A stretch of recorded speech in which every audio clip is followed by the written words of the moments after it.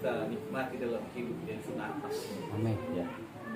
Karena tidak satu orang pun yang bisa membeli nafas, dan itu ada pada kita. Ya. Itu semua oleh karena kemurahan.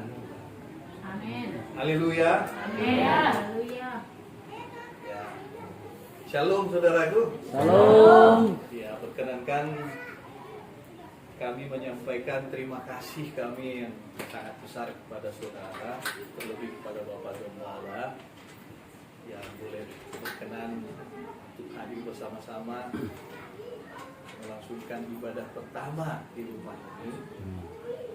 Ya, memang bukan suatu kebetulan. Ya, betul, Pak. Itu terjadi.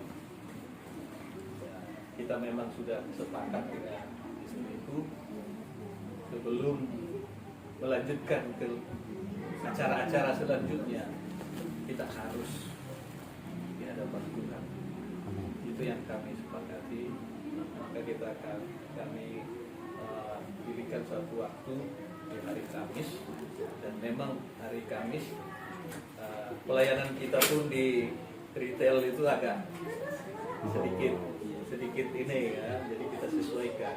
Dan kita tanya juga di gereja di mana kami menjadi satu keluarga di gereja, mereka pilih hari Kamis. Oh, tepat sesuai dengan apa yang ternyata mereka pada jam yang sama ini ada Zoom KSK, yaitu kebaktian keluarga tapi secara daring, dan itu sedang berlangsung.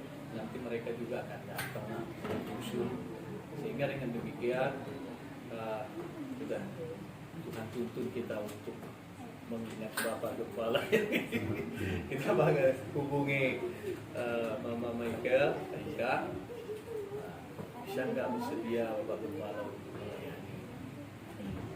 Itu alasannya kenapa kita memang jadi Bapak. Ya, kita memang rindu juga untuk menjamu Bapak dan Ibu. Amin. Iya.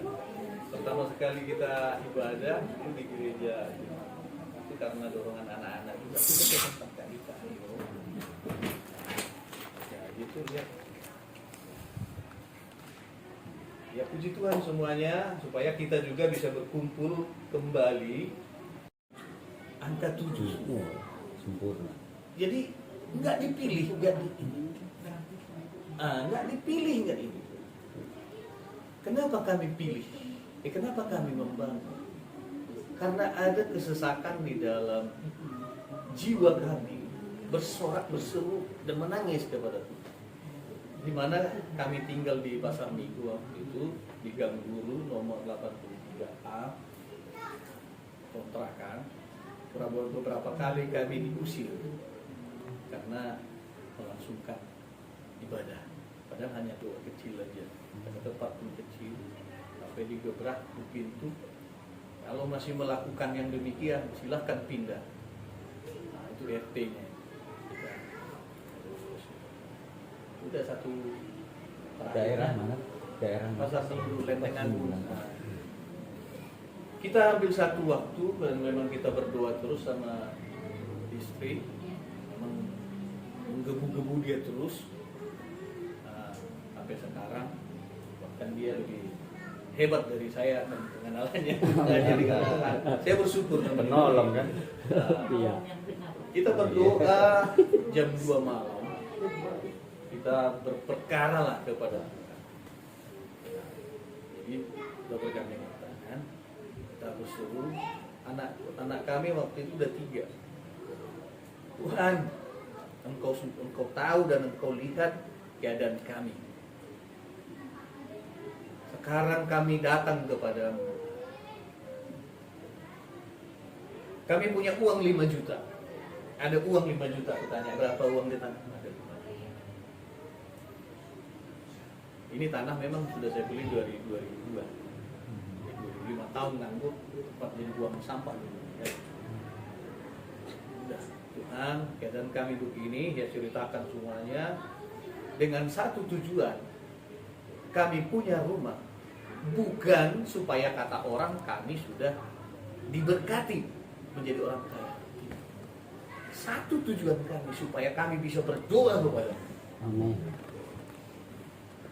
supaya kami bisa puji, supaya kami bisa menjamu hamba-hambamu, supaya orang tuaku yang datang dari Medan tidak lagi hanya 1 jam, tapi bisa tinggal beberapa lama. Karena waktu itu paling 1 jam, nggak ada tempat duduk, kecil. Jadi hanya 1 jam itu udah mudah. Pindah ke rumah kakak saya karena agak dekat juga. Jadi ini yang menjadi tangisan kami waktu itu. Tapi yang paling berat waktu itu memang karena nggak bisa ibadah, nggak bisa ibadah. Gitu aja.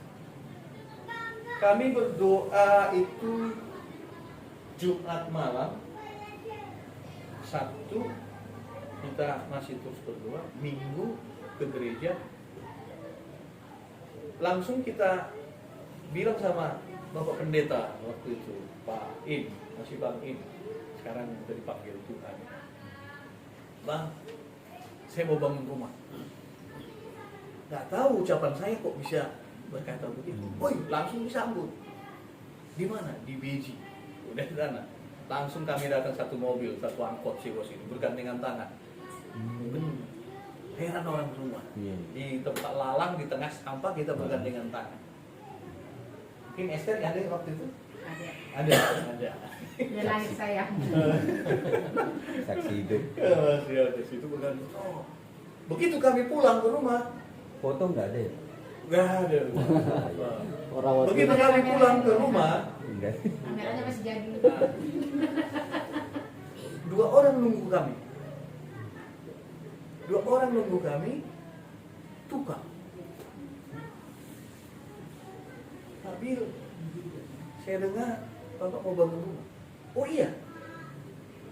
Memang sebelumnya kami udah sering itu, kalau setiap hari Sabtu saya nggak ke kantor, jadi ibu, kami mau bikin orek-orekan, bikinan di rumah kita, ruang tengahnya agak besar supaya kita keluarga, pokoknya ada kumpul banyak orang. Kamar kita kecil-kecil aja, bikin 3 kamar. Udah, sesuai pembicaraan itu, gini. Sepakat semua. Langsung disempurnakan dia draft yang kita bikin, dia bawa laptopnya langsung, cocok, ya, oke jadi. Mengenai harga, nah, harga waktu itu dia tawar 120 juta. Nah, dan Mas, saya boleh nawar nggak? Pertama dan terakhir, saya sekali nawar. Oh bisa Pak, 70 juta. Kaget dia kan? Kaget dia. Ya Bro Arif aja suka nawar. 70 juta. Nah, kan saya kan selalu memang punya perincian gitu. Wah nggak bisa Pak, kalau turunannya 5 sampai 7 juta masih akal. Gini Pak, ini saya rancang kan ini. Besi sekian, ini kan luas tanah ini. Kalau tukang, yang namanya tukang satu pasang itu bisa pasang sekian meter per hari ini, hitung-hitung itu. Bapak masih sisa sekian juta. Pak seumur-umur saya orang belum pernah ketemu seperti Bapak katanya.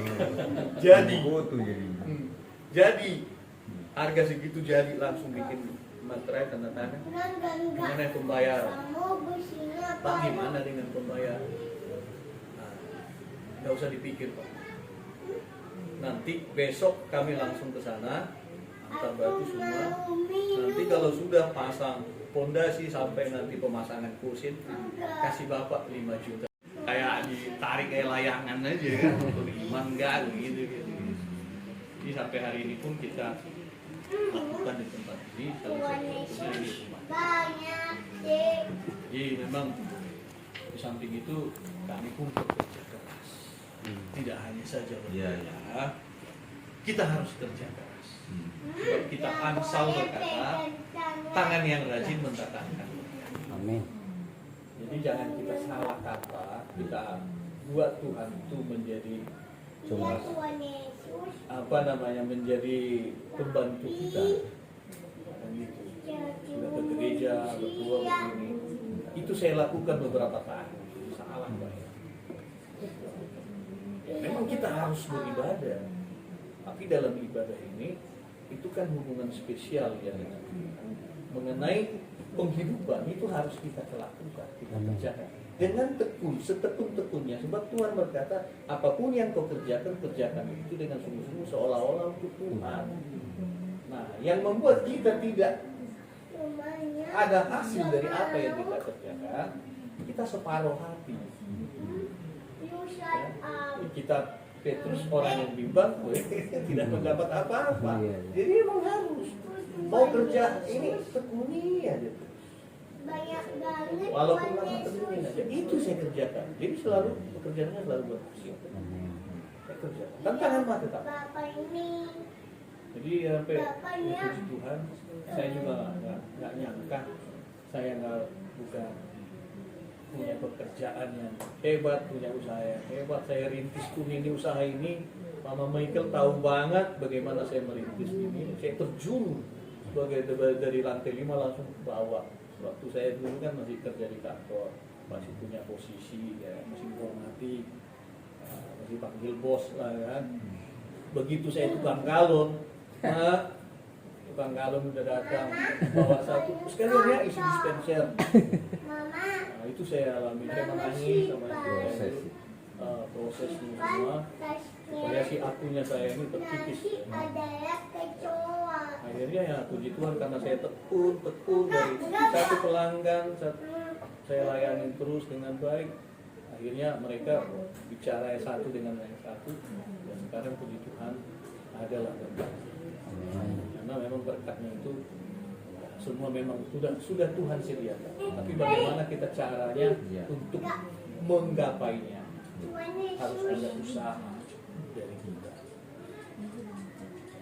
Nah, di samping itu kita memang minta petunjuk Tuhan.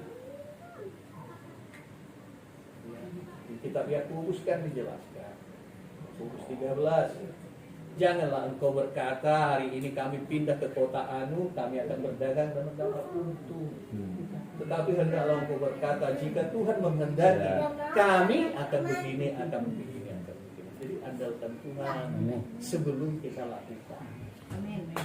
Ya, saudaraku, ibu-ibu, saya pingin saudara sekali, ya saudara suami-suami ya. Rayakanlah seluruh hidupku, ya Allah Bapa, ini aku anakmu, pakailah sesuai dengan rencana. Ya Bapa, ya Bapa, ini aku anakmu, layakkanlah seluruh. Tuhan Yesus, karena Tuhan ada di sini. Pertama-tama sekali ya, bersyukur untuk kebaikan Tuhan. Dan saya juga berterima kasih untuk Bapak dan Ibu Gembala yang bersedia melayani kita. Dan untuk teman-teman semua yang terima kasih semua atas kesenangan Tuhan. Saya nggak banyak ngomong apa lagi karena sudah banyak yang disampaikan Bapak. Tapi satu hal yang saya mau saksikan, sebagaimana yang saya lakukan dan saya hidupi. Sebelum segala sesuatu kami lakukan, saya terlebih dahulu bertanya sama Tuhan. Itu saya berkata begini mengenai rumah ini, karena kebetulan kita saat ini ibadah ucapan syukur. Jadi saat itu kami memang sudah sangat kewalahan untuk tempat, dan kami ngontrak di Citayam, di Pondok Bayang untuk gudang, tetap juga ini Saya terus berdoa sama Tuhan. Saya bilang terus sama Tuhan, bukankah Tuhan yang berfirman, Allahku akan memenuhi segala keperluanku sesuai dengan kekayaan. Saya selalu berkata begitu. Ini aku perlu. Terus hati saya, ini aku perlu. Ini aku perlu, Tuhan bantu aku. Bagaimana caranya? Dengan singkat cerita, kami memiliki uang, tapi separuh dari harga rumah ini. Separuh dari harga rumah ini. Tapi kami sudah percaya. Bagaimana saya selalu begini ya, sebagaimana Tuhan juga mengajari kita dalam firman, sebagaimana Daud bersaksi kepada Saul, dia menceritakan bagaimana Tuhan menolong dia saat dia di senang singa gitu ya. Jadi saya berkata gini sama Tuhan, kalau dulu saja Tuhan tolong saya, apalagi sekarang. Dan itu saya imani dan saya perkatakan. Terus saya terus berdoa, Tuhan tolong bantu Tuhan, saya bilang. Terus kita cari, kita minta harga 700, dia tidak mau. Akhirnya rumah belakang ada tingkat. Itu waktu itu kita minta gagalkan. Seperti apa cara Tuhan gagalkan. Terus saya terus berdoa, Tuhan tolong Tuhan. Tiba-tiba timbul di hati saya bahwasanya seperti apa nanti. Oke lah, kita bisa tinggal di sana, di sini gudang. Tapi saya bilang itu rumah Tuhan, dan Dia yang menyediakan itu, dan Dia yang memberikan rumah itu. Terus saya langsung bilang sama Bapak, tadi saya berdoa pagi, Tuhan kasih saya petunjuk bahwasanya rumah ini ada dibangun untuk tingkat. Untungnya itu cara Tuhan, Dia tetap tidak mau 400 juta.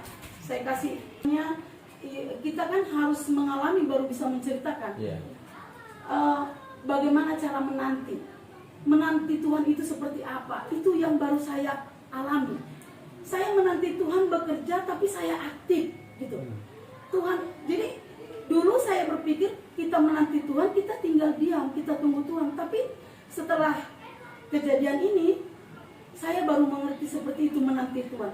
Saya terus menanti Tuhan, di hati saya menanti Tuhan. Saya berdoa, saya tanya, saya yang paling aktif nanya tukang. Siapapun yang saya, kalau yang punya nomor saya pasti dia tahu. Kalau saya sampai buat status, tolong kalau ada tukang ini begini. Pokoknya saya tanya, datang. Pokoknya datang tukang, ini begini. Datang saya kasih Bapak ini begini. Apa itu?